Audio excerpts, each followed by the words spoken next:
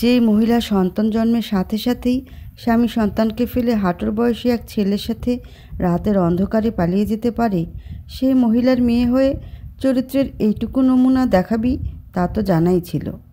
ভরা বিয়ের আসরে অভ্রের মুখে এমন কথা শুনে ঘৃণায় গা ঘিনঘিন করে উঠল।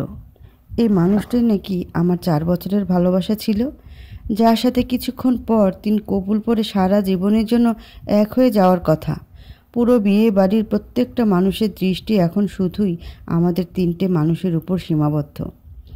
অভ্র, আমি আর যার সাথে পেঁচিয়ে আমার চরিত্রে কলঙ্কের দাগ লাগানো হচ্ছে, আমার বাবার বন্ধু আর তার ছেলে শুভ্র বাবার আমন্ত্রণ রক্ষা করার জন্য আমার বাড়িতে অতিথি হিসেবে আসছে।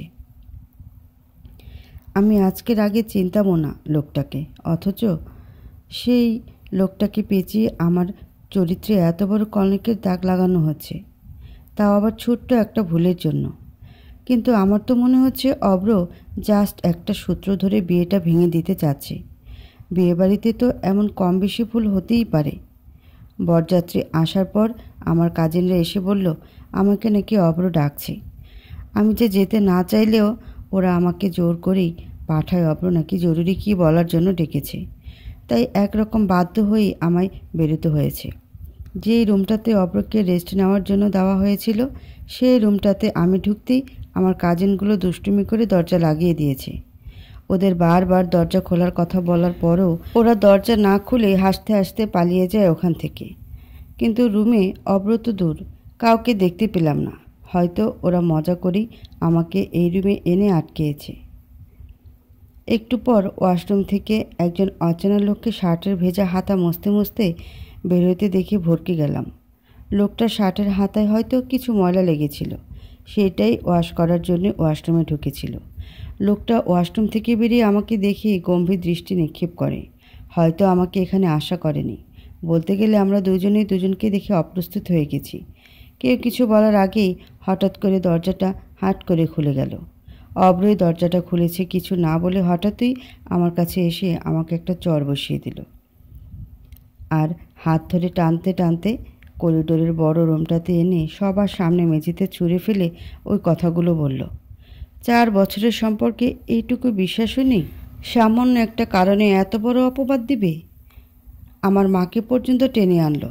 হ্যাঁ, আমার জন্মের পর সে রাত থেকে আমার মাকে কোথাও খুঁজে পাওয়া যায়নি, হারিয়ে গিয়েছি। সবাই মনে করে আমার মায়ের সাথে নাকি এই পাড়ারই এক ছেলে সম্পর্ক ছিল, সে ছেলের সাথেই পালিয়ে গিয়েছে। কারণ আমার মা নিখোঁজ হওয়ার কিছুদিন পর ওই ছেলেকেও খুঁজে পাওয়া যায়নি। কিন্তু আমার বাবা তা বিশ্বাস করে না। আমার বাবার বিশ্বাস মায়ের সাথে সেদিন অন্য কিছু হয়েছে, যার জন্য মাকে এভাবে হারিয়ে যেতে হয়েছে। আমার বাবা মায়ের বিয়েটাও প্রেমের বিয়ে ছিল। খুব ভালোবাসা আর বিশ্বাস ছিল তাদের মধ্যে। মায়ের সম্পর্কে একটা কথাও সহ্য করতে পারে না বাবা। তাই তো অভ্রের কথায় বাবা চুপ করে থাকতে পারল না। অভ্র, তোমার সাহস হলো কী করে আলমনের মাকে নিয়ে এরকম বলার? আর ওকেই বা এভাবে এখানে ছুঁড়ে ফেলার সাহস পেলে কী করে? অভ্রের মুখে মুহূর্তে তার ছেলের হাসি ফুটে উঠল। বাবার দিকে না তাকিয়ে জবাব দিল, সেটা নিজের মেয়েকে জিজ্ঞেস করেন। মা ভেগেছে মেয়ের জন্মের পর, আর মেয়ে বিয়ের আগে অন্য ছেলের সাথে ফষ্টি শুরু করে দিয়েছে। জানি না আর কয়জনের সাথে এমন করেছে। অভ্র, তুমি না জেনে আমার স্ত্রী আমার মেয়ের নামে এতগুলো মানুষের সামনে যা নয় তাই বলছো। তোমার মতো নোংরা মস্তিষ্কের একটা ছেলের হাতে আমি আমার মেয়েকে তুলে দিতে যাচ্ছিলাম, ভাবতেই তো ঘৃণা লাগছে। ও হ্যালো আঙ্কেল, আমিও না আপনার এই ফুলের মতো মেয়েকে বিয়ে করার জন্য বসিনি। এরকম চরিত্রহীন মেয়েকে জীবনে কেউ বিয়ে করতে চায় নাকি?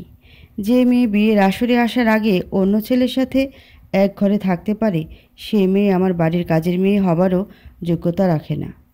এই ছেলে, তুমি এখনই আমার বাড়ি থেকে বেরিয়ে যাও। এইটুকু বলেই বুকে 2 হাত চেপে ধরে সোফার উপরে পড়ে যাচ্ছিল ছোট চাচ্চু পাশে ছিল বিধায় সাথে সাথে ধরে ফেলেছে। অভ্রের সাথে বরযাত্রী হিসেবে যারা এসেছিল, এতক্ষণে অভ্রের সাথে সবাই চলে গেছে।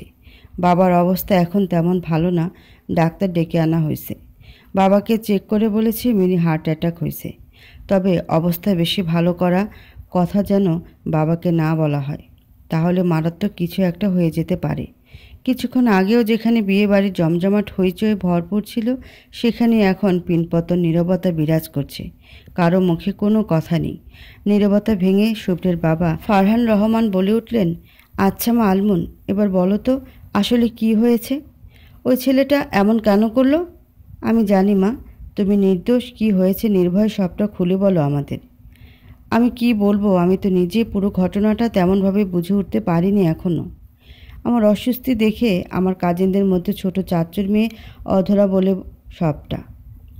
ওর ভাষ্যমতে অব্র আর আমাকে দেখা করানোর জন্য ওরা একটা প্ল্যান করেছিল। প্রথমে অব্রের কাছে গিয়ে বলে আমি অব্রকে ডাকছি, অব্রকে ওরা ওই রেস্টরুমটায় যেতে বলে। তারপর ওরা আমার কাছে আসে। ওদের ধারণা ছিল অব্র এতক্ষণে ওই রুমে এসে পড়ছে, কারণ বেশ কিছুক্ষণ আগেই ওরা অব্রকে আসতে বলেছিল। সেই অনুযায়ী ওরা আমাকে ওই রুমে ঢুকিয়ে দিয়েই দরজা বন্ধ করে চলে যায়। কিন্তু ভুলবশত অব্রের জায়গায় শুভ্র সেই রুমের ওয়াশরুমে ছিল। অব্র কোনো কারণে পরে আসে আর আমাকে আর আলোকে এক ঘরে একসাথে দেখেই ভুল বোঝে। সবটা শুনে সবাই আবারও নিশ্চুপ। কী বা বলার আছে, বিয়েবাড়িতে এমন ধরনের অনেক মজা সচরাচর হয়েই থাকে। তবে এবারও শুভ্রের বাবা ফারহান রহমান নীরবতা ভেঙে হঠাৎই বলে উঠলেন, তার ছেলের জন্যই যখন এত বড় ভুল বোঝাবুঝিটা হয়েছে, তাই সেটা তার ছেলেকে দিয়ে শুধরে নিতে চান। মানে তার ছেলের সাথে আমার বিয়ে দিতে চান। বাবা কথাটা শুনেই ছলছল চোখে বলে উঠলেন, সত্যি বলছিস? ফারহান রহমান পুনরায় সম্মতি জানাতেই বাবা এক প্রকার কেঁদেই উঠলেন। কৃতজ্ঞতার দৃষ্টিতে শুভ্রার বাবার দিকে তাকিয়ে বললেন, তোকে কি বলে ধন্যবাদ দিব আমার জানা নেই। আরে ধন্যবাদ কিসের? বিপদের দিনে বন্ধু হয়ে যদি বন্ধুর পাশে দাঁড়াতে না পারি, তাহলে কিসের বন্ধু? আর তোর মেয়েকে আমার এমনিতেই খুব পছন্দ, এমন একটা লক্ষ্মী মন্ত বই তো আমার ছেলের জন্য দরকার। এতক্ষণ শুভ্র এখানে উপস্থিত ছিল না। ফোনে একটা কল এসেছিল, তাই একটু দূরে গিয়ে ফোনে কথা বলছিল, যার জন্য মাঝখানের কোনো কথাই জানে না। কথা বলা শেষ করে যখন এখানে আসে, তখন নিজের বাবার শেষ কথাগুলো শুনতে পায় আর শুনে রেগে বলে উঠলেন, হোয়াট ড্যাড, এসব কি বলছো? আমার বউ মানে? শুভ্রের সাথে একটু আলাদা কথা বলবেন বলে আঙ্কেল একটু দূরে গিয়ে কি যেন বললেন, জানি না। একটু পরে আঙ্কেল এসে বাবাকে বলল, তার ছেলেও রাজি নাকি। এখন শুধু আমি রাজি হলে বিয়ে পড়ানো শুরু হবে। ছোটো কাকু আর কাকিমা আমার কাছে এসে আমাকে বোঝাতে লাগলো, বাবা এই বিয়েটাতে খুব খুশি, আর বাবার অবস্থাও তেমন ভালো না। আমি আমার মাকে কখনো দেখিনি, কিন্তু তাই বলে মায়ের অভাবও তেমন একটা বুঝতে দেয়নি কখনো বাবা। নিজের সর্বস্ব দিয়ে আমাকে আগলে রেখেছি সব সময়। আমি আমার বাবার খুশিটাকে কেড়ে নিতে চাই না। আমি চাই না আমার জন্য বাবার কিছু একটা হয়ে যাক। আর কার জন্য অপেক্ষা করব, যে কিনা 4 বছরের সম্পর্ক সামান্য এক ঠুনকো কারণে এইভাবে ভেঙে দিয়ে চলে গেল তার জন্য? অব্রের কথাগুলো বারবার কানে বাজছে। অব্রের প্রতি অভিমান আর বাবার মুখের দিকে তাকিয়ে আমিও সম্মতি দিয়ে দিই। আমার সম্মতি পেতেই বিয়ের কাজ শুরু হয়ে যায়। যে আসরে অব্রের সাথে আমার বিয়ে হওয়ার কথা ছিল, সেই আসরেই আমি এখন অন্য কারোর জন্য কবুল বলেছি। আমার কবুল বলার পর শুভ্রকে কবুল বলতে বলা হলে শুভ্র কিছুক্ষণ চোখ বন্ধ করে থেকে এক নিঃশ্বাস 3 বার কবুল শব্দটা উচ্চারণ করেই বিয়ের আসর ছেড়ে উঠে হনিয়ে বাড়ি থেকেই বেরিয়ে যায়। অভ্রের বাবা কয়েকবার পেছন থেকেও ডেকেও ছেলেকে আটকাতে না পেরে হতাশ হলেন। এই বিয়েতে তবে কি শুভ্র রাজি ছিল না? শুধুমাত্র বাবার কথায় বিয়েটা করছেন? কি হচ্ছে আমার সাথে এসব? আমি তো জানিও না লোকটা কেমন, কোন অন্ধকার জীবনে পা দিয়ে ফেললাম না জেনে। কবুল বলে বিয়ের আসর ছেড়ে যে মেয়ের বর চলে যায়, তাকে নিশ্চয়ই মানুষ ভালো চোখে দেখবে না। আমার ক্ষেত্রেও তার ব্যতিক্রম হলো না। যদিও বাবার ভয়ে আমাকে কখনোই কেউ কিছু বলতে পারে না, কিন্তু তাও সরাসরি কিছু না বললেও ঘুরিয়ে পেঁচিয়ে আমাকেও কিছু কথা শুনিয়ে ছাড়ানি। আমি বোধহয় প্রথম মেয়ে, যা শ্বশুরবাড়ি যাওয়ার জন্য একমাত্র শ্বশুর মশাই ছাড়া আর কেউ নাই। নিজের এই অবস্থানের কথা ভাবতেই ঠোঁটের কোণায় তার ছেলের হাসি ফুটে উঠল। বাবার কাছ থেকে বিদায় নিয়ে শ্বশুর মশাইয়ের সাথে গাড়িতে উঠলাম। গাড়ির জানালা দিয়ে আরেকবার বাড়ির সদর দরজার দিকে তাকালাম। বাবা, ছোট কাকু, কাকিমা, অধরা আর কাকুর বড় ছেলে আকাশ ভাইয়া সহ আরও কয়েকজন দাঁড়িয়ে আছে। বাবার সামনে এতক্ষণ চোখের পানি ধরে রাখলেও এখন আর ধরে রাখতে পারলাম না। টপ করে কয়েক ফোঁটা চোখের পানি গাল বেয়ে ঝরে পড়ল। আজ থেকে এই চেনা বাড়িটাই অচেনা হয়ে যাবে। মেয়েদের জীবনটা এমন কেন যে বাড়িটাতে জন্ম নেয় সেই বাড়িটাকে পর করে চলে যেতে হয়? কিছুক্ষণ আগে আমার সেই চেনা বাড়ি ছাড়িয়ে নতুন গন্তব্যের দিকে গাড়িটা ছুটতে শুরু করেছে। এতক্ষণে বোধ হয় আমার চেনা শহরটাও ছাড়িয়ে গিয়েছে। গাড়ি যত এগোচ্ছে ফারহান আঙ্কেলের মুখে চিন্তার ভাস ততই দৃঢ় হচ্ছে। অনেকক্ষণ যাবতীয় খেয়াল করছি আঙ্কেল আমাকে কিছু একটা বলতে চাচ্ছেন, হয়তো কোনো সংকোচের কারণে বলতে পারছেন না। তাই আমি আগ বাড়িয়ে জিজ্ঞেস করলাম, আঙ্কেল কিছু বলবেন? আসলে মা, কথা কিভাবে বলবো বুঝতে পারছি না। আঙ্কেল, আমি তো আপনার মেয়ের মতোই, কোনো সংকোচ ছাড়াই যে কোনো কথা বলতে পারেন। তোমার আর শুভ্রের বিয়েটা তো হঠাৎ করেই হলো। বাড়ির কাউকেই তো কিছু জানানোর সময় পাইনি। তার থেকেও বড় কথা, তোমরা দুজনে দুজনকেও ঠিকভাবে চেনো না। আর কিছু না, আমার সব থেকে ভয় শুভ্রকে নিয়ে। আসলে ছেলেটা আমার ছোট থেকে একটু বদমেজাজি, একরোখা টাইপের। মা, তোমাকে একটু ওকে নিজের মতো গুছিয়ে নিতে হবে, আর বাকি সব আমি সামলে নিতে পারবো। তুমি শুধু আমাকে কথা দাও, আমার ছেলেটার দায়িত্ব তুমি নিবে। যাই হয়ে যাক, ওকে কখনো ছেড়ে যাবে না। বাবার বয়সী একটা লোক যদি এমনভাবে হাত জোর করে বলে, তাহলে কি করে আমি না বলতে পারি? আচ্ছা আঙ্কেল, এই আপনাকে কথা দিচ্ছি, যাই হয়ে যাক আপনার ছেলের হাত আমি কখনো ছাড়ব না। আর ওনাকে শুধরানোর দায়িত্বও আমার। বাঁচালে মা, বুকের উপর থেকে অনেক বড় ভারী পাথরটা একটু হলেও নামলো। আর তুমি এখনও আমায় আঙ্কেল কেন বলছো? শোনো, এখন থেকে বাবা বলে ডাকবে।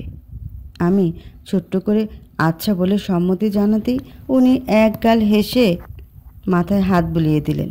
মানুষটা সত্যিই অদ্ভুত। এই একটুখানি সময়ের মধ্যেই আমায় কতটা আপন করে নিল। মানুষটার মধ্যে আমি আমার বাবার প্রতিচ্ছবি দেখতে পাই। এই মানুষটার মুখ চেয়ে হলেও আমাকে ওই বাড়িতে টিকে থাকতে হবে। হয়তো নতুন কোনো লড়াই অপেক্ষা করে রয়েছে সেখানে আমার জন্য।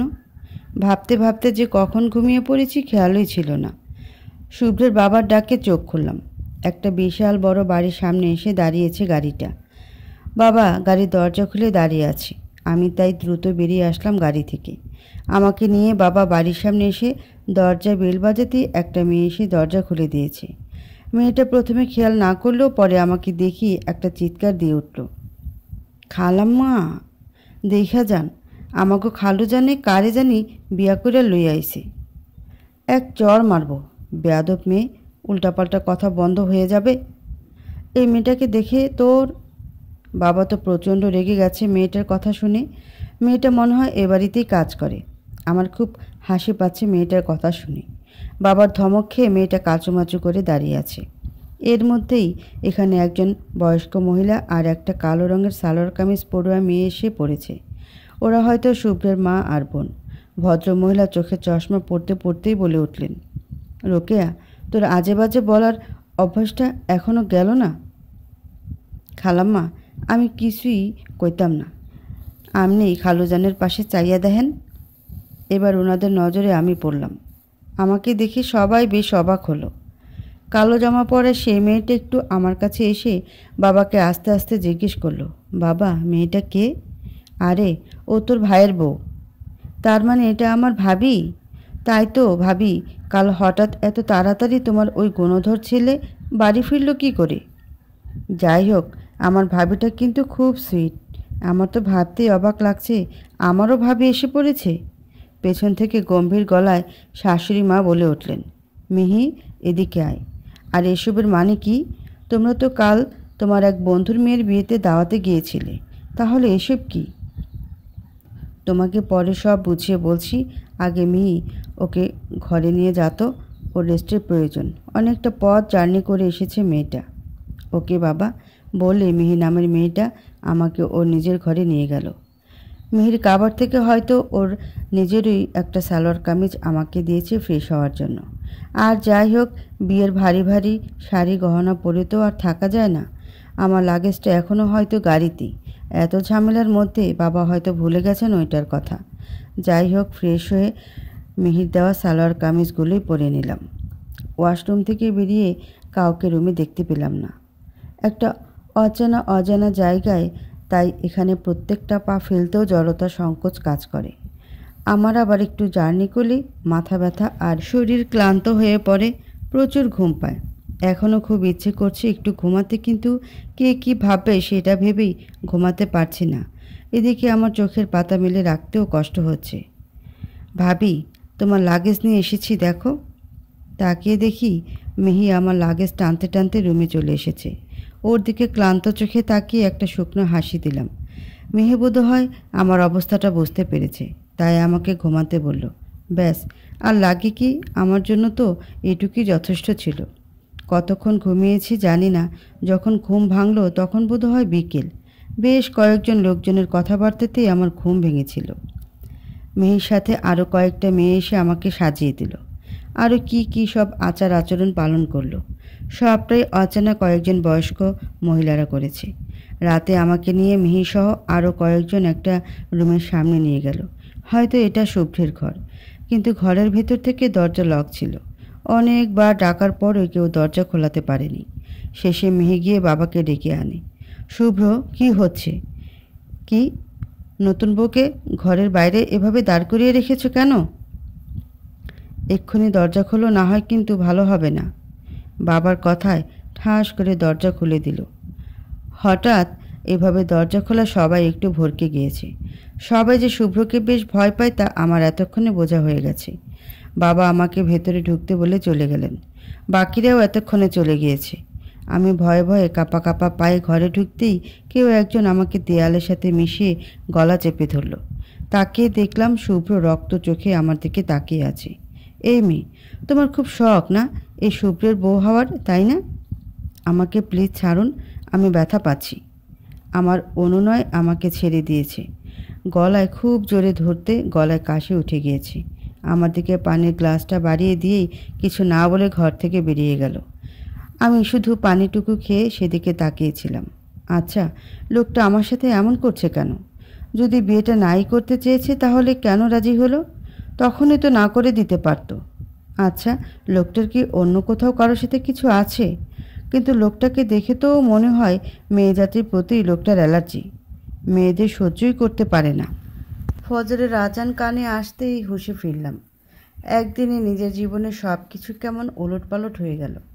অভ্রের বলা প্রতিটা কথা কেমন জানি ঘৃণায় কাটার মতো বিচ্ছে। আর শুভ্রের করা অপমানগুলোতে ভীষণ কষ্ট হচ্ছে। আমার সাথে এমনটা না হলেও পারত। ভীষণ কষ্ট হচ্ছে। সারাটা রাত কাঁদতে কাঁদতে যে কিভাবে পার করে ফেললাম হুঁশই ছিল না। না, আর কাঁদবো না। এবার নিজের জীবনটা নিজেকেই গুছিয়ে নিতে হবে। চোখের পানিটুকু মুছে ওয়াশরুমে গিয়ে ফ্রেশ হয়ে অজু করে নিলাম। তারপর নামাজ পড়ে পুরো ঘরটার দিকে একটু খেয়াল দিতেই দেখলাম ঘরটা পুরো এলোমেলো, জিনিসপত্র চারিদিকে ছড়িয়ে ছিটিয়ে রাখা। তাই ঘর পরিষ্কার কাজে লেগে গেলাম। ঘর পরিষ্কার করতে করতে হাঁপিয়ে গেছি, কারণ পুরো ঘরটাকে গোটা একটা জঙ্গল বানিয়ে রেখেছে ঘরের মালিক। বাড়ির অন্যান্য ঘরগুলো দেখেছি খুব পরিষ্কার পরিচ্ছন্ন, শুধু এই ঘরটাই এমন জঙ্গল। আল্লাহ জানে কত বছর যাবৎ এই ঘর পরিষ্কার করতে দেয় না। নাম তো শুভ্র, কিন্তু কাজগুলো এমন নোংরা কী করে? আরও আধা ঘন্টা সময় লাগলো কাজ পুরো কমপ্লিট করতে। অনেকটাই বেশি ক্লান্ত হয়ে গেছি। এখন 6টাও বাজে না। বাড়ির সবাই উঠেছে কিনা তাও জানি না। এক কাপ চা বা কফি খেতে পারলে শরীরটা একটু ভালো লাগতো। তাই আর কিছু না ভেবে পা টিপে টিপে ঘর থেকে বেরিয়ে এলাম। দেখে তো মনে হচ্ছে সবাই এখনও ঘুমিয়ে আছে, তাই তাড়াতাড়ি রান্নাঘরের দিকে ছুট লাগালাম। কিন্তু রান্নাঘরে গিয়ে কালকে সেই রোকেয়া মেয়েটাকে দেখতে পেলাম। মেয়েটা রান্নাঘরে দাঁড়িয়ে দাঁড়িয়েই ঘুমে ঝুরছে। আমি পাশে গিয়ে হালকা একটা কাশি দিতে মেয়েটা লাফিয়ে উঠল। বিশ্বাস করেন খালাম্মা, আমি ঘুমাইতেছিলাম না। আমি তো একটু ঘুমের অভিনয় প্র্যাকটিস করতেছিলাম। এতক্ষণ আমাকে না দেখিয়ে এসব বলছিল রোকেয়া। পেছন ঘুরে আমাকে দেখে অনেক জোরে স্বস্তির নিঃশ্বাস নিল মেয়েটা। ওহ আফামনি, তুমি? আমি তো ভাবছিলাম খালাম্মা মনে হয় আইছে। তুমি এখানে? কিছু লাগবো তোমার? শোনো খালুজান, তোমার দায়িত্ব আমারে দিছে। কিছু লাগলে তুমি শুধু আমারে কইবা, আমি প্রদীপের জিনের মতো সব তোমার সামনে হাজির করে দেব। তুমি তো জানো না এই রোকেয়ার কী ক্ষমতা। রোকেয়ার কথা শুনে না হেসে থাকতে পারলাম না। হাসতে হাসতেই বললাম, আসলে আমি 1 কাপ চা বানাতে এসেছিলাম। কোথায় কি আছে আমি তো কিছু জানি না, তুমি একটু দেখিয়ে দাও তাহলেই হবে। আরে আফামনি, আমি থাকতে তুমি কেন চা বানাইতে যাইবা? বিস্ময় নিয়ে বলল রোকেয়া। কেন, কি হবে তাতে? ওর এমন বিস্ময় নিয়ে বলাতে একটু অবাক হলাম। খালুজান আমার গর্দান নিব, আর আমি তো চা বানাইতে দিয়েই এখানে দাঁড়ালাম। এতক্ষণে মনে হয় চায়ের পানি উতলাইও গেছে। খাড়াও, চা পাতা দিয়ালি। বলতে বলতে ফুটন্ত পানিতে চা পাতা দিল রোকেয়া। রোকেয়ার থেকে 1 কাপ চা নিয়ে আমি ঘরে চলে আসলাম। শুভ্রের ঘরের সাথে সুন্দর একটা বারান্দাও আছে। এখানে দাঁড়ালেই জুঁই ফুলের দারুণ মিষ্টি একটা গন্ধ এসে নাকে ধরা দেয়। আশেপাশে বোধহয় জুঁই ফুলের কোনো গাছ আছে, আর এখান থেকে খুব সুন্দর প্রাকৃতিক সৌন্দর্য উপভোগ করা যায়। শহরের এই কোলাহলযুক্ত জায়গায় এসেও যে এমন প্রাকৃতিক সৌন্দর্য উপভোগ করতে পারবো ভাবতেই পারিনি। বোঝাই যাচ্ছে এই বাড়ির মানুষগুলো খুব প্রকৃতিপ্রেমী। কাল মিহির ঘরের বারান্দায়ও দেখলাম বেশ কয়েকটা ফুলের টব। ফুলের টবের কথা মনে পড়তে মনে হলো আমিও তো এই বারান্দায় কয়েকটা ফুলের টব লাগাতে পারি, কিন্তু কাকে বলবো এ কথা? তখনই রোকেয়ার কথা মনে পড়ল। ও তো বলেছিল কিছু লাগলে ওকেই বলতে, প্রদীপের জিনের মতো সব হাজির করে দিতে পারবে। ওর ক্ষমতাটা তাহলে এবার পরখ করেই নেওয়া যাক। কথাগুলো ভাবতে আরও একগাল হাসলাম। মেয়েটা সত্যিই খুব মজার। দরজা খোলার শব্দে ঘাড় ঘুরিয়ে দেখলাম শুভ্র ঘরে ঢুকছে। ওকে দেখে কাল রাতের কথা মনে পড়ল। এ কি, ও এদিকেই কেন আসছে? ও যত এগোচ্ছে আমার অবস্থা তত বেশি খারাপ হচ্ছে। নড়ার মতো শক্তিও মনে হয় এই মুহূর্তে আমার নেই। পাথরের মূর্তির ন্যায় ঠায় দাঁড়িয়ে আছি। আল্লাহ জানে কাল রাতের মতো আবার গলা টিপে ধরে কিনা। এই লোককে বিশ্বাসও নেই, এই বারান্দা থেকে ফেলেও দিতে পারে। এই 3 তলা থেকে ফেলে দিলে তো আমায় আর আস্ত খুঁজে পাওয়া যাবে না। আল্লাহ বাঁচাও। যত দোয়া পারতাম সব একসাথে পড়তে লাগলাম। তাই মনে হয় আল্লাহ আমার উপর একটু দয়া করেছে। শুভ্র বারান্দার দিকে একদম এগিয়ে এসে পাশ কাটিয়ে অন্যদিকে চলে গেল। ও, আমি তো ভুলেই গেছি এই ঘরের জামা কাপড়ের আলমারিটা এই কর্নারে। তাই তো ও এদিকে আসছিল। আর আমি কি না কি সব আজগুবি চিন্তাভাবনা শুরু করে দিয়েছি। ডাক্তার দেখাতে হবে। একটু বেশি আজগুবি মাথার ভেতর জেগে বসেছে আজকাল। পাগল টাগল হয়ে গেলাম নাকি? ধুর, আবারও উল্টোপাল্টা ভাবতে শুরু করে দিছি। মাথা থেকে সব ছেড়ে ঘরে ঢুকলাম। ঘরে এসে শুভ্রকে কোথাও পেলাম না। এর মধ্যে ওয়াশরুমে ঢুকে গেছে। আল্লাহ, এই লোক এত খাটাস কেমনি? আলমারি থেকে জামা বের করতে গিয়ে সকাল থেকে আমার এত কষ্ট করে গোছানো সব জামা কাপড়ে আবারও এলোমেলো করে দিছে এই লোক। যাচ্ছে তাই একটা লোক। মনে মনে আরও কয়েক গালমন্দ করে আবারও গোছাতে লাগলাম। এমনিতেই অলস প্রকৃতির আমি, কিন্তু মাঝে মাঝে ঝোঁক উঠে গোছানোর। আর আমার গোছানো জিনিস যদি কেউ একবার অগোছালো করে, তার অবস্থা আমি খুব একটা ভালো থাকতে দেই না। কিন্তু এখানে নতুন মানুষ, তাও আবার কথায় কথায় গলা টিপে ধরার মতো লোককে এই মুহূর্তে কিছু করা ঠিক হবে না। মনে মনে এসব ভাবতে ভাবতেই জামাগুলো ভাঁজ করে আলমারিতে তুলে রাখছিলাম। এই মেয়ে আমার আলমারি ধরার সাহস পেলে কি করে? কারো রাগান্বিত গলার সুর পেয়ে পেছনে ঘুরলাম। শুভ্র অগ্নি চোখে আমার দিকে তাকিয়ে আছে। ওই অবস্থায় আমার দিকে একটু তেড়ে আসতেই আমি লাফিয়ে কয়েক কদম পিছিয়ে নিজের গলা 2 হাত দিয়ে আড়াল করে নিলাম। প্লিজ গলা চেপে ধরবেন না। কাল কোনো রকমে বেঁচে গেলেও আজ নাও বাঁচতে পারি। আপনার এই মোটা মোটা হাতে অনেক শক্তি, ভালোই বুঝে গেছি। শুকনো ঢোক গেলতে গেলতেই বলে উঠলাম। শুভ্র আমার কথা শুনে আরও বেশি রেগে গেছে। দাঁতে দাঁত চেপে কিছুক্ষণ আমার দিকে তাকিয়ে আবারও ঘর থেকে বেরিয়ে গেল। শুভ্র যেতেই মিহি আসলো ঘরে, ব্রেকফাস্ট করার জন্য ডাকতে। ডাইনিং টেবিলে নিঃশব্দে যে যার মতো করে খাচ্ছে। মনেই হচ্ছে না এখানে এতগুলো মানুষ উপস্থিত আছে। আমার তো মনে হচ্ছে আমি কোনো এক প্রাণহীন রোবটের দেশে এসে পড়ছি। প্লেট চামচের টুংটাং শব্দটুকু ছাড়া আর একটা টু শব্দ এখানে নেই। শুভ্র আজ বাসায় থাকবে। বাড়িতে অনেক মেহমান আসবে। নীরবতা ভেঙে শ্বশুর মশাই বলে উঠলেন, আজ সময় হবে না, কাজ আছে। কোনো রকম বনিতা না করে সোজা সাপটা জবাব দিল শুভ্র। আমি যখন বলেছি আজ তুমি বাড়ি থাকবে মানে থাকবেই। আর তোমার কাজ মানে তো জানাই আছে বন্ধুদের সাথে আড্ডা দেওয়া। আজ একদিনের জন্য আড্ডা বন্ধ রাখলে কিছুই হবে না। তোমার শ্বশুর বাড়ি থেকে লোকজন আসবে, মিথিলারাও আসবে। আমার কথা যেন নড়চড় না হয়, আজ কেউ বাড়ি থেকে বের হবে না। শ্বশুরমশাই নিজের কথা শেষ করেই খাবার টেবিল থেকে উঠে নিজের ঘরের দিকে চলে গেলেন। বাবার কথা শুনে শুভ্র চট করে খাবার টেবিল থেকে চলে গেল। শুভ্রকে চলে যেতে দেখে শাশুড়ি মাকেও দেখলাম খাবার ছেড়ে উঠে গেলেন। কি আজব পরিবার, একজন আরেকজনের উপর রাগ করে রাগ দেখায় খাবারের উপর। তাতে আমার কি? আমি তো আরামসে পাউরুটিতে বাটার লাগিয়ে আমার মতোই খেয়ে চলেছি। আমার আবার অত খাবারের উপর রাগ আসে না। যতই রাগ দেখাই না কেন, খিদে পেলে লুকিয়ে লুকিয়ে হলেও নিজের খিদে নিবারণ করে নিই। ইহাই আমি যদি বলেন পেটুক, তবে পেটুকই। আরে ভাই, অন্যের উপর রাগ দেখাতে গিয়ে তো আর নিজের পেটকে কষ্টে রাখতে পারি না। বিয়ের পর আপন মানুষগুলোকে ছেড়ে নতুন জায়গায় আসার পর আবার যখন শুনতে পাই আপন মানুষগুলোর সাথে আবার দেখা হবে, তখন অন্যরকম অনুভূতি হয়। প্রতিটা মেয়ের কাছে এই আনন্দটার কোনো তুলনা নেই। আমি আবারও বাবা, অধরা, আকাল ভাইয়া, কাকা কাকিমার সাথে দেখা হবে ভাবতেই খুশিতে মনটা ভরে উঠছে। আচ্ছা, বাবারও কি আমার মতো এমন খুশি লাগছে? বাবা আসলেই না হয় জিজ্ঞেস করা যাবে। বাবারা আসতে এখনও ঘন্টা দুয়েক বাকি। দুপুরে নিমন্ত্রণ দেওয়া হয়েছে আজ এই বাড়িতে। ঘরে আয়োজন করা হচ্ছে সব, কারণ মানুষ বেশি না।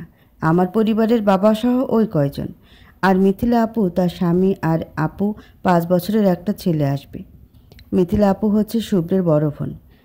এইজন মানুষ নিয়েই ঘরোয়াভাবে আমার বৌভাতের অনুষ্ঠান। আশেপাশের আরও কয়েকজন আত্মীয় স্বজনও আছে অবশ্য। মিহি ওর কয়েকজন বান্ধবীকেও ইনভাইট দিয়েছে। বলতে গেলে রান্নাঘরে এখন জমজমাট পরিবেশ। খাবারের গন্ধে সারা বাড়ি মোমো করছে। রান্নার সবটাই শাশুড়িমা নিজেই সামলাচ্ছে। রোকেয়া সহ আরও কয়েকজন আছে অবশ্য হেল্পিং হ্যান্ড হিসেবে। তাও শাশুড়িমা একা একা রান্নাঘরে খাচ্ছেন আর আমি এখানে বসে থাকবো, একটু কেমন দেখায় না, তাই গিয়েছিলাম। কিন্তু শাশুড়িমা গম্ভীর দৃষ্টিতে তাকিয়ে শুধু বললেন, তোমার বাবা কী কী পছন্দ করে? এই প্রথমবার শাশুড়িমা আমার সাথে কথা বললেন। আমাকে কিছু জিজ্ঞেস করলেন। ইলিশ মাছ। উত্তেজনায় কোনো রকমে ইলিশ মাছটার নাম বলেই ওখান থেকে চলে এলাম। শাশুড়ি মাকে এখন স্কুলের স্যার বলে মনে হচ্ছে। স্কুলে যেমন পড়া যতই ভালো করে পারি না কেন, স্যারের সামনে গেলে কখনই উত্তর ঠিকভাবে দিতে পারতাম না। কথা বলতেই অবস্থা নাজেহাল, ঠিক তেমন অবস্থা। আচ্ছা, শাশুড়ি মা কি স্কুলের টিচার নাকি? হতেও পারে। যে গম্ভীর মুখ! অবশ্য এবারে প্রত্যেকের মুখটাই গোমরা মুখই থাকে। অদ্ভুত বাড়ি এটা।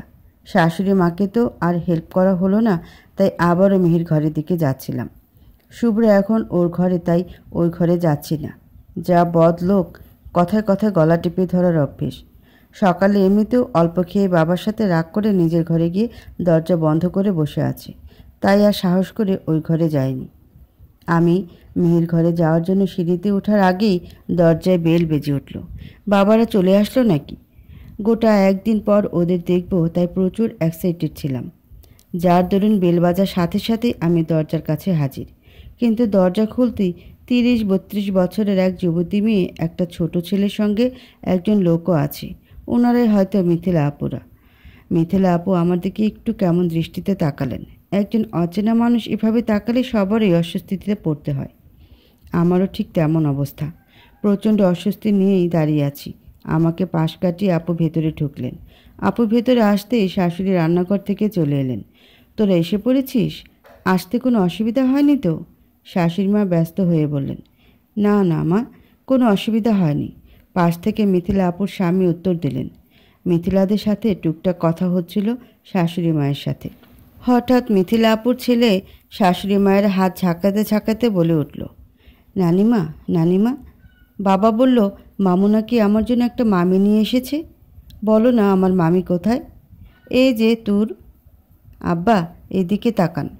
আপনার মামিমণি এই যে এখানে।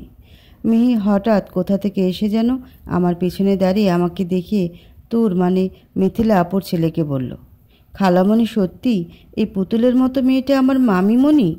বিস্ময় নিয়ে বলল তোর। মিহি মাথা নেড়ে সম্মতি জানাতে তোর আমার কাছে এসে প্রথমে আমার হাতে আঙ্গুল দিয়ে একটুখানি ছুঁয়ে দেখে বলে ওঠে, তুমি সত্যিই পুতুল না? এখনও প্রশ্নাত্মক দৃষ্টিতে আমার দিকে তাকিয়ে আছে। ওর কথা শুনে ওর বাবা আর মিহি হেসে উঠল। আমি বিস্মিত। আমাকে কোন দিক থেকে পুতুল মনে হলো ওর? আল্লাহ, এতক্ষণ এখানে আমি চুপচাপ এক জায়গায় ঠাই দাঁড়িয়েছিলাম বলে আমাকে পুতুল ভেবেছিল। তোর এখন আমাকে পুতুল মামি বলে ডাকবে বলে পণ করে বসেছে। ছেলেটা দারুণ মিষ্টি, অল্পতেই আপন করে নেওয়ার ক্ষমতা আছে। এই তো মাত্র কিছুক্ষণেই আমাকে কতটা আপন করে নিল। তবে মিথিলা আপু আমাকে মোটেও পছন্দ করেননি। মিথিলা আপুর স্বামী আবির ভাইয়া আমার সাথে কথা বললেও আপু একবারের জন্য আমার সাথে কথা বলেনি। তোরকে নিয়ে যখন চলে আসছিলাম ড্রয়িং রুম থেকে, তখন শুনলাম মিথিলা আপু শাশুড়ি মাকে বলছে, মা, বাবা এটা কেন করলো? শুভ্রের জন্য। আমি তো তোমাদের অনেক আগে আমার ননদের কথা বলে রেখেছিলাম। শুভ্রেরও তো আমার ননদ রাত্রিকে খুব পছন্দ ছিল। তারপর এসব কি? আর এই মেয়ে কি রাত্রি থেকে খুব বেশি ভালো দেখতে? রাত্রির পায়ের নখের যোগ্যতাও তো এই মেয়ের নেই। বাবা কিন্তু এটা ঠিক করলো না। কথাগুলো শুনে খুব খারাপ লেগেছিল, তাই দ্রুত পায়ে তুর্কে নিয়ে চলে আসলাম। শুভ্রের তাহলে রাত্রিকে পছন্দ ছিল, তার জন্যই কি আমার সাথে অমন বাজে ব্যবহার করছে? হ্যাঁ, তাই হবে হয়তো। আমি কি তবে ওদের মধ্যে তৃতীয় ব্যক্তি হয়ে গেলাম? কিন্তু শুভ্রের যখন অন্য কাউকে পছন্দই, তাহলে কেন ফারহান আঙ্কেল আমার জীবনটা শুভ্রের সাথে বেঁধে দিল? এমন তো নয় যে আমার সেদিনেই বিয়ে না হলে আমার জীবনটাই শেষ হয়ে যেত। হ্যাঁ, বিয়ের আসরে যে মেয়ের বিয়ে ভেঙে যায় সমাজ তাকে কথা শোনাতে ছাড়তো না। কিন্তু কয়দিন? একদিন, 2 দিন, 3 দিন, চিরদিনের দিন। আর কে আর কার খোঁজ নিতে যায়? আমার বাবার কাছে আমি কোনো বোঝা ছিলাম না যে বিয়ে না হলে আমাকে খাওয়াতে পারতো না। বরং বাবা তো আমাকে কোনো দিন বিয়েই দিতে চাইতো না। বাবার কাছে আমি আমার মায়ের একমাত্র স্মৃতি ছিলাম। বাবা আমাকে প্রচণ্ড ভালোবাসতো। মামু, তোমাকে এতগুলো থ্যাঙ্কস আমাকে পুতুল মামি এনে দেওয়ার জন্য। জানো, পুতুল মামি খুব খুব ভালো। তোরের কথায় আমার ভাবনায় ছেদ ঘটল। সামনে তাকিয়ে দেখি শুভ্র দাঁড়িয়ে আছে। আমার দিকে না তাকিয়েই তোরের সামনে নিচু হয়ে ওকে একটু আদর করেই চলে গেল। এই প্রথমবার লোকটাকে আমি একটু হাসতে দেখলাম। অল্প অল্প করেও কম লোক হলো না, তাই একবারই খাবার টেবিলে সবার বসার জায়গা হয়নি। 2 ধাপে বসতে হয়েছে। প্রথম ধাপে বসেছে সব ছেলেরা, আর দ্বিতীয় ধাপে বসেছে মেয়েরা। সকালের মতো এখন কিন্তু আর টেবিলে শুধু প্লেট চামচের টুংটাং শব্দ হয়নি, পুরো ঘর কাঁপানো আড্ডায় মেতেছিল সবাই, বিশেষ করে ছেলেদের টেবিলে। আবির ভাইয়া নামের মানুষটা আড্ডা জমাতে ভালোই পারে, আর এমন এমন কথা বলবে মাঝে মাঝে যে সবার সামনে লজ্জায় পড়ে যেতে হয়। বিশেষ করে মিথিলা আপুকে এমন এমন কথা বলছে যে আপু রেগে মেগে এখান থেকে চলেই গেল। বাবারা চলে গেছে কিছুক্ষণ হলো। বাবা যাওয়ার আগে ফারহান আঙ্কেলকে খুব করে অনুরোধ করেছিল আমাকে আর শুভ্রকে যেন কাল ও বাড়িতে পাঠাই। এখনও শুভ্র ঘাটতারামি করছিল, কিন্তু ফারহান আঙ্কেল আশ্বাস দিয়েছেন আমাদের পাঠাবেন। এ বাড়িতে অনেকে যে বিয়েটা মেনে নেয়নি তা বাবার বুঝতে অসুবিধা হয়নি। আর শুভ্রের ব্যাপারটা তো সেদিনই বুঝে গিয়েছিল। তাও চেষ্টা করেছি যাতে বাবা কিছু না বোঝে, কিন্তু আমি ব্যর্থ। আমার মনের কথা বাবা বুঝতে পারবে না এমন কোনো দিন আসেইনি আজ পর্যন্ত। কিভাবে যেন বাবা ঠিকই আমার মনের কথা বুঝে যায়। যাওয়ার সময় আমার মাথায় হাত বুলিয়ে বলল, মা, আমি নিজ হাতে তোর জীবনটা নষ্ট করে ফেললাম মনে হয়। এখনও সময় আছে, যদি বলিস সব কিছু আবার আগের মতো করে দিব। কিন্তু আমিও তো ফারহান আঙ্কেলকে কথা দিয়েছিলাম তার ছেলেকে আমি গুছিয়ে দেব। আর যত যাই হয়ে যাক, তার ছেলের হাত আমি কখনো ছাড়ব না। শুভ্র আমাকে পছন্দ না হলেও আমি এখন তার বিবাহিত স্ত্রী। এভাবে কি আমি তাকে ফেলে চলে যেতে পারি? বলতে গেলে আমি এই বাড়ির মানুষগুলোর মায়ায় আবদ্ধ হয়ে গেছি। শুভ্র চট করে এসে বলে উঠল, এই মেয়ে, তোমার বাড়ি না গেলে চলে না? আমি বাড়ি যাব বলে কাল রাত থেকে ব্যাগ গুছিয়ে রেখেছি, আর আজ এসে আমাকে জিজ্ঞেস করছে বাড়ি না গেলে চলে নাকি? অদ্ভুত লোক তো। সাথে সাথে রাগ মিশ্রিত কণ্ঠে কাট কাট জবাব দিলাম, না, চলে না। এত যখন যাওয়ার ইচ্ছে, একাই তো যেতে পারো। বিরক্তি মাখা কণ্ঠে শুভ্র বলল, দেখুন, বাবা বলেছে আপনার সাথেই যেতে। আমার কাজ আছে, আমি যেতে পারবো না, দায়সারাভাবে বলেই চলে যাচ্ছিল শুভ্র। পেছন থেকে বলে উঠলাম, আপনার কাজ মানেই তো বন্ধুদের সাথে আড্ডা দেওয়া। কথাটা বলেই হাত দিয়ে মুখ চেপে ধরলাম। শুভ্র তো রেগে আমার দিকে একরকম তেড়ে আসছিল। কাল ফারহান আঙ্কেলের মুখ থেকে কথাটা শোনার পর থেকে কথাটা নিয়ে সারাদিন অনেক হেসেছিলাম, তাই এখন মুখ ফসকে কথাটা বেরিয়ে গিয়েছে। এই মেয়ে, এই, কি কি বললে তুমি আমায়? কই, কিছু না তো। আর সেই কখন থেকে এই মেয়ে করছেন কেন? আমার একটা নাম আছে কিন্তু। আমি তোমার নাম জানি না। চরম বিরক্তি নিয়ে সোজা সাপটা উত্তর দিল শুভ্র। আমি হতবম্ব, এই লোক বলে কি? আজ 3 দিন হয়ে গেল আমাদের বিয়ে হয়েছে, আর উনি আমার নামই জানে না? হ্যাঁ, মানলাম আমার নামটা এই বাড়িতে কেউই ডাকেনি এখনও পর্যন্ত। কেউ মা বলে ডাকে, কেউ ভাবি, বা কেউ পুতুল মামি। আসলে মেয়েদের কিন্তু বিয়ে পড়ানোর সময়ও তো কাজের লোকটা কয়েকবার আমার নাম নিয়েছে। তখন মন কইছিল আল্লাহ মালুম। হতাশ হয়ে 3 দিন পর নিজের বরকে নিজের পরিচয় দিচ্ছি। আমি কায়নাত আলম আলমন। ও, নামগুলো আরেকটু বড় রাখলে পারত। বেশি ছোট হয়ে গেছে তো? না, আমার বাবা এর থেকে বড় নাম পায়নি, তাই আপাতত এইটুকুই রেখেছি। শুভ্র আর কিছু বলেনি। তার আগেই তো ছুটে এসে আমায় ঝাপড়ে ধরল। পুতুল মামি, তুমি নাকি আমায় ছেড়ে চলে যাবে? কাঁদো কাঁদো গলায় বলল তুর। কে বলেছে তোমায়? বিস্মিত হয়ে বললাম। মা বলল তো, তুমি নাকি আজকে চলে যাবে। মাথা তুলে আমার দিকে তাকিয়ে ছলছল চোখে বলল তুর। না, তোমায় ছেড়ে কোথাও যাব না, তবে আজকে একটু আমার বাবার কাছে যেতে হবে, কালই চলে আসব। তোরের মাথায় হাত বুলিয়ে বললাম। সত্যি তো? কালই চলে আসবে? সন্দেহান চোখে জিজ্ঞেস করলো আমাকে তুর। ওর কথা শুনে মৃদু হাসলাম। আচ্ছা বাবা, তোমায় 3 সত্যি বলছি। সত্যি সত্যি সত্যি। নাও, 3 সত্যি বললাম। এবার বিশ্বাস হয়েছে তো? মুখ গোমরা করেই জবাব দিয়েছে। সবার কাছ থেকে বিদায় নিয়ে আমরা বাড়ির গাড়ি করেই বেরিয়ে পড়লাম। বিদায় নেওয়ার সময় বুঝতে পারলাম আমার শাশুড়ি মা আর মিথিলা আপু চাননি আমি শুভ্রকে নিয়ে আমার বাড়ি যাই। এই বাড়ির প্রত্যেকটা মানুষ আমাকে মেনে নিলেও তারা দুইজন আমাকে যে কোনোভাবেই মেনে নিতে পারছে না, তা তো আগেই বুঝতে পেরেছিলাম। তাই আজকের ব্যাপারটাকে আর গায়ে মাখলাম না। তাদেরও বা দোষ দিই কী করে? আমি তো হঠাৎ করে তাদের সাজানো জীবনে উড়ে এসে জুড়ে বসেছি। তাদের তো মেয়ে পছন্দ করাও ছিল। একটা দমকা হাওয়া সব কিছু এলোমেলো করে দিল। আমাকে হয়তো শাস্ত্রা মনে হচ্ছে, কারো মধ্যে তৃতীয় ব্যক্তি হয়ে ঢুকে পড়েছি জেনেও কেন চলে যাচ্ছি না শুভ্রের জীবন থেকে। আসলেও কি তাই?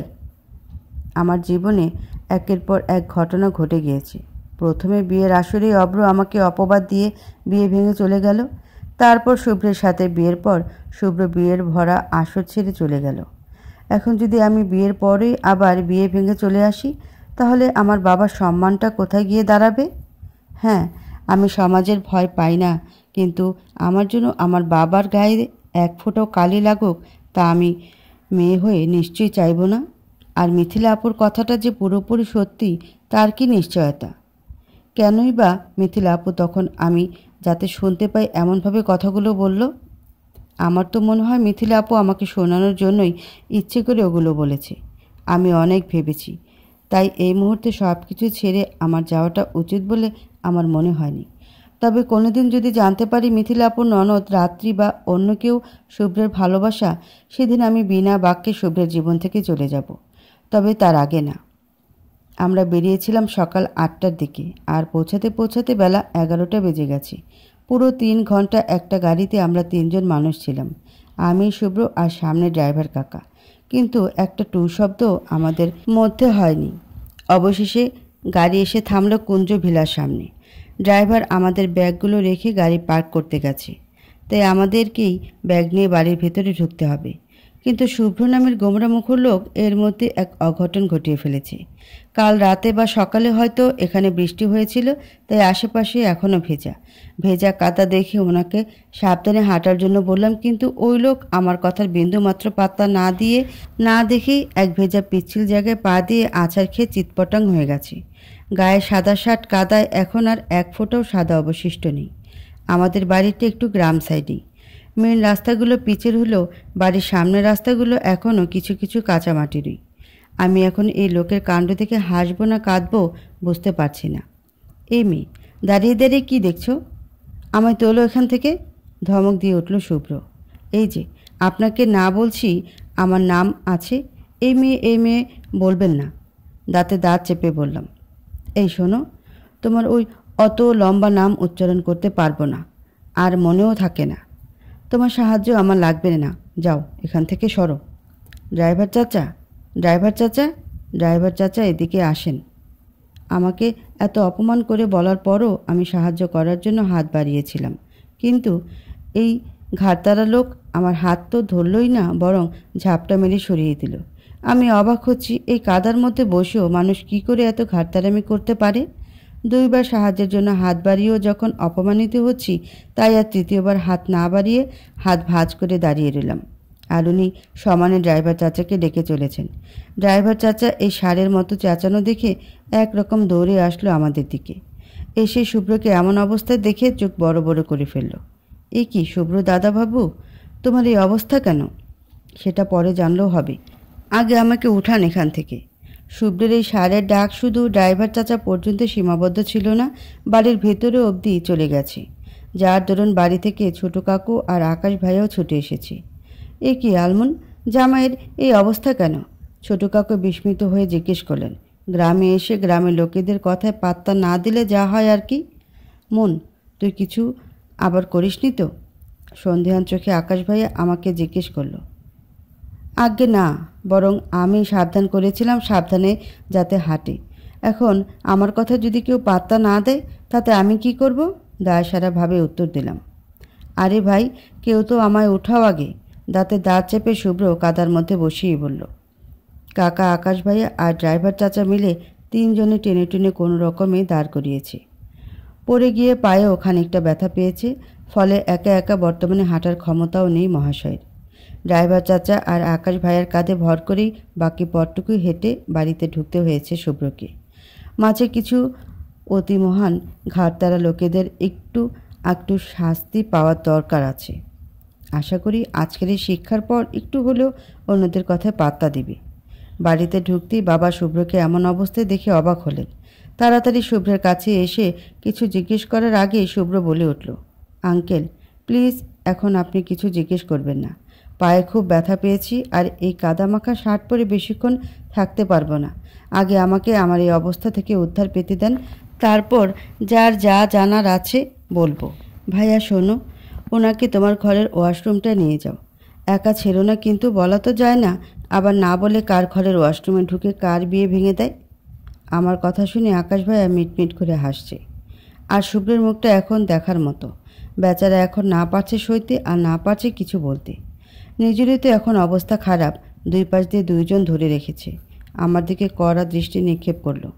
আমি সেই দিকে পাত্তা না দিয়ে নিজের ঘরের দিকে হাঁটা ধরলাম। মনে এখন অনেকটা শান্তি শান্তি লাগছে। ওই ঘাড়তারা লোকের একটা হলেও শাস্তি হয়েছে। আজ গোটা 2 দিন পর নিজের ঘরে আসলাম।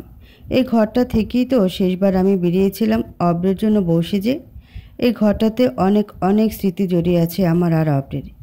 এই ঘরের বারান্দায় কত রাত যে অব্রের সাথে ফোনে কথা বলতে বলতে ঘুমিয়ে পড়তাম, কোনো হিসেব নেই।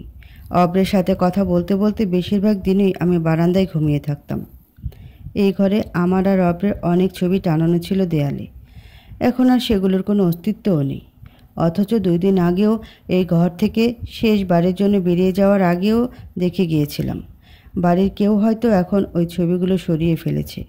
দেয়াল থেকে তো ছবিগুলো সরিয়ে ফেলছে, কিন্তু আমার মনের ভিতরে যে ছবি দৃশ্যমান, সেটা কি করে সরিয়ে ফেলবে? অব্র যেমনই হোক না কেন, এই 4টা বছরও আমাকে ভালোবাসুক বা না বাসুক, আমি তো বাসতাম। আমার ভালোবাসা তো এক বিন্দু মিথ্যে ছিল না। অব্রকে আমি কোনোদিনও ভুলতে পারবো কি না জানি না। এই কটা দিন ওই বাড়িতে সবার সাথে একসাথে থাকার কারণে তেমন একটা মনে পড়েনি অব্রের কথা। এই ঘরে আসার পর সেই পুরনো অনুভূতিটা আবার নড়েচড়ে উঠল। অব্রের সব স্মৃতিগুলো এই ঘর থেকে সরিয়ে ফেললেও একটা জিনিস এখনও রয়ে গেছে, আমার ডায়েরিটা, যেটায় অব্রের জন্য শত শত অনুভূতি লেখা। যখনই অব্রের সাথে ঝগড়া, রাগ, অভিমান হতো, তখনই এই ডায়েরিতে লিখতে বসতাম। ডায়েরির মধ্যে অব্রের একটা ছবিও রাখা আছে, এখনও হয়তো আছে। কৌতূহলী হয়ে ডায়েরিটা হাতে নিলাম। খাটে বসে একের পর এক পৃষ্ঠা উল্টাতে লাগলাম।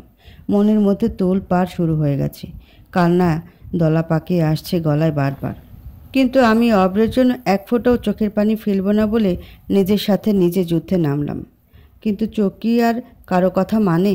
টপ টপ করে কয়েক ফোঁটা পানি ঠিকই গড়িয়ে পড়ল ডায়েরির পাতার উপর। ডায়েরিটা আর খুলে রাখতে পারলাম না, খুব কষ্ট হতে লাগলো। তাই তৎক্ষণাৎ ডায়েরিটা বন্ধ করে পাশে রেখে দিলাম। অধরা আসলো ঘরে। আমাকে এরকম বিধ্বস্ত অবস্থায় দেখে চিন্তিত গলায় জিজ্ঞেস করলো, এ কি আপু, তোমার এমন অবস্থা কেন?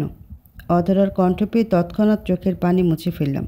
মুখে একটা কৃত্রিম হাসি এনে জবাব দিলাম, কই কিছু না তো। আসলে 2 দিন পর বাড়ি আসলাম তো, তাই পুরনো কিছু স্মৃতি মনে পড়ছে। ও, যদিও আমার অবস্থাটা বুঝে ফেলছে, তাও কথা প্রসঙ্গ পাল্টানোর জন্য আবার বলল, শুনলাম আসতে না আসতে নাকি তোমার জামাইয়ের পা ভেঙে ল্যাংড়া হয়ে গেছে। মজার ছলে বলল, তোকে কে বলল? আর তুই ছিলি কই এতক্ষণ? আসার পর থেকেই তো তোকে কোথাও দেখলাম না। বাব্বা, এত প্রশ্ন একসাথে করলে জবাব দিব কি করে? আচ্ছা, একে একে উত্তর দিচ্ছি। প্রশ্ন 1, আকাশ ভাইয়া বলছে। প্রশ্ন 2, কলেজে হঠাৎ করে যেতে বলেছে কিসের যেন কাগজপত্র ঠিক করার জন্য, তাই এতক্ষণ কলেজে ছিলাম, তাই তুমি আমায় দেখোনি। এইটা ছিল তোমার লাস্ট প্রশ্নের উত্তর। পেয়ে গেছো সব উত্তর? তবে কলেজে যাওয়ার ব্যাপারটা বিশ্বাস হলো না। অধরার দিকে বাঁকা চোখে তাকিয়ে বললাম, তোমার কাছ থেকে এই জীবনে আমি কিছু লুকিয়ে রাখতে পারলাম না। ওর সাথেই একটু দেখা করতে গিয়েছিলাম। হতাশ হয়ে অধরা বলল। ওর কান মুলিয়ে দিয়ে বললাম, বেশি পেকে গেছিস না? এখন আমাকেও মিথ্যা বলা শুরু করছস? শোন, আমি তোর থেকে বয়সে এবং অভিজ্ঞতায় অনেক বড়, তাই আমার চোখে ফাঁকি দেওয়া যাবে না। আপু, লাগছে কানে। এখন আমি অনেক বড়, এখনও যদি কান মোলানো খাই তাহলে তো আমার ইজ্জত আর কিছুই বাকি থাকবে না। কয়দিন আগেও তো বিলাই প্যান্ট আর সেন্টো গেঞ্জি পরা এ বাড়ি ও বাড়ি ঘুরিয়া বেড়াইতি। অধরা আমার দিকে ছল ছল চোখে তাকিয়ে বলে উঠল, মাপ চাই, ছাইরা দেওয়াফা। আমি আর জীবনে বলুম না বড় হইছি, তাও এভাবে ইজ্জতের ফালুদা করো না প্লিজ। ওর কথা শুনে আর হাসি ধরে রাখতে পারলাম না। আপু, কয়েকদিন থাকবে নিশ্চয়ই? আমার হাত নিজের হাতের মধ্যে গুজে নিয়ে করুণ চোখে জিজ্ঞেস করলো। সেই ছোট্ট থেকে আমার ছায়ার মতো ছিল এই মেয়েটা। আমাকে ছাড়া ওর এক মুহূর্ত চলতো না, আবার আমারও ওকে ছাড়া এক মুহূর্ত চলতো না। আমার বাবারা 3 ভাই, বড় চাচরা এখানে থাকে না, শহরে থাকে ওরা। এই বাড়িটা আমার দাদুর আমলের। দাদুর স্মৃতি রক্ষার্থেই বাবা আর ছোটো কাকু এই বাড়ি এই গ্রাম ছেড়ে কোথাও যায়নি। বড় চাচুর পরিবারের লোকেরা 5-6 বছরের সময় পেলে একবার আসে, 1 দিন কি 2 দিন থেকে চলে যায়। আসলে ওদের গ্রাম পছন্দ না, তাই বড় চাচুদের 2 মেয়ে ওহি আপু, আহি আপু আর অর্ণব ভাইয়াদের সাথে আমাদের তেমন একটা সম্পর্ক নেই। কিন্তু আকাশ ভাইয়া আর অধরা যে আমার কাকাতো ভাই বোন তা মনেই হয় না। ওদের সাথে নিজের আপন ভাই বোনের থেকেই বেশি আপন সম্পর্ক। ছোট থেকে আমরা 3 ভাই বোন একসাথে বড় হয়েছি। আমরা একে অপরকে ছাড়া কখনো থাকিনি। আমি জানি এই 2 দিনে আমার এই ছোট্ট বোনটার আমাকে ছাড়া থাকতে কতটা কষ্ট হয়েছে, কিন্তু কি করব, মেয়েদের জীবনটাই তো এমন, আপন মানুষগুলোকে আঁকড়ে থাকতে পারে না। ফুস করে একটা শ্বাস ফেলে অধরার দিকে তাকালাম। বোনটা আমার দিকে আমার উত্তরের অপেক্ষা রয়েছে এখনও। ওর হাতের উপরে আরেকটা হাত রেখে মুখে একটা কৃত্রিম হাসিয়ে ফুটে বললাম, কিছু করার নেই রে আমার এখন। ওই বাড়ির সবাই এখনও আমায় মেনে নেয়নি। তার উপর আবার মিথিলা আপু আর শাশুড়ি মা ওনাকে নিয়ে এই বাড়িতে আসাটাও পছন্দ ছিল না। এখন কি করে থাকতে পারি বল? তোমার ওই শাশুড়ি আর ননদটা একদম ভালো না। ওই যে সিরিয়ালে যেরকম শাশুড়িগুলো দেখায় ওই রকম, আর ননদটাও তো তাই। এদের কাজ হলো নিজের সংসার ছেড়ে অন্যের সংসারে এসে আগুন লাগানো। তুমি আবার সিরিয়ালের বউদের মতো পুরো সংসারে খেটেখুটে নিজেকে ভালো বউ সাজাতে যাবা না কিন্তু, অভিমানী সুরে বলল অধরা। ওর কথা শুনে দুষ্টুমি করে আমিও বললাম, তুইও তো এখন সিরিয়ালের বউয়ের কুটনি, বাপের বাড়ির লোকেদের মতো আমাকে কুটনিগিরি শেখাচ্ছিস। এখন তো আমায় তাই মনে হয়। শোনো, নিজের ভালো নিজে বুঝতে শিখো। এবার শাশুড়ির ভঙ্গিমাতে বলো, যথা আজ্ঞা। ওর কথার জবাবে হুকুম মানার বললাম। তারপর দুজনে হেসে উঠলাম। এর মধ্যেই আকাশ ভাইয়ের গলা পেলাম দরজার দিক থেকে। এই মন ধর, খাট থেকে সর তোরা 2টা। দরজার দিকে তাকাতেই দেখি আকাশ ভাইয়া তখনকার ড্রাইভার চাচা শুভ্রকে 2 জন 2 দিক থেকে কোনো রকমে ধরে দাঁড়িয়ে আছে। শুভ্রের পায়ে আর মাথায় ব্যান্ডেজ। তখন তো শুধু পায়ে ব্যথা পেয়েছিল, কিন্তু মাথা তো কিছু হয়নি। ভাইয়া, ওনার মাথায় ব্যান্ডেজ কেন? ভ্রু কুচকে জিজ্ঞেস করলাম। তোর জামাই রে আমরা 2 জন ধরে ধরে তখন আমার ঘরে খাটে বসিয়েছিলাম। আমরা দুজনে ক্লান্ত হয়ে গিয়েছিলাম, তাই একটু বসছি। কিন্তু তোর জামাই এর মধ্যে আমাদের না বলে একা একা ওয়াশরুমে ঢুকে পড়ছে জামা পাল্টানোর জন্য। আর কি এই ল্যাংড়া পা নিয়ে ওয়াশরুমেই আবার ধপাস করে পড়ে কোমর মাথা ফাটাইয়া বসে আছে। হয়েছে তোদের জানা, সর এখন তোরা দুইটা এখান থেকে। অধরা আর আমি তৎক্ষণাৎই খাটে থেকে সরে আসলাম। আমার এখন ইচ্ছে করছে যে বাকি একটা পা আর হাত বেঁচে আছে ওগুলোও ভেঙে ফেলতে। মাথাটাই পুরো গরম করে ফেলছি। লিমিটহীন ঘাড়তারা লোক, যদি এখন হাতের কাছে লাঠি থাকতো না, সত্যি বলছি হাত পা সব ভেঙে হসপিটালে ভর্তি করিয়ে দিতাম। অধরা আমার পাশে দাঁড়িয়ে মুখ টিপে টিপে সেই কখন থেকে হেসেই চলেছে।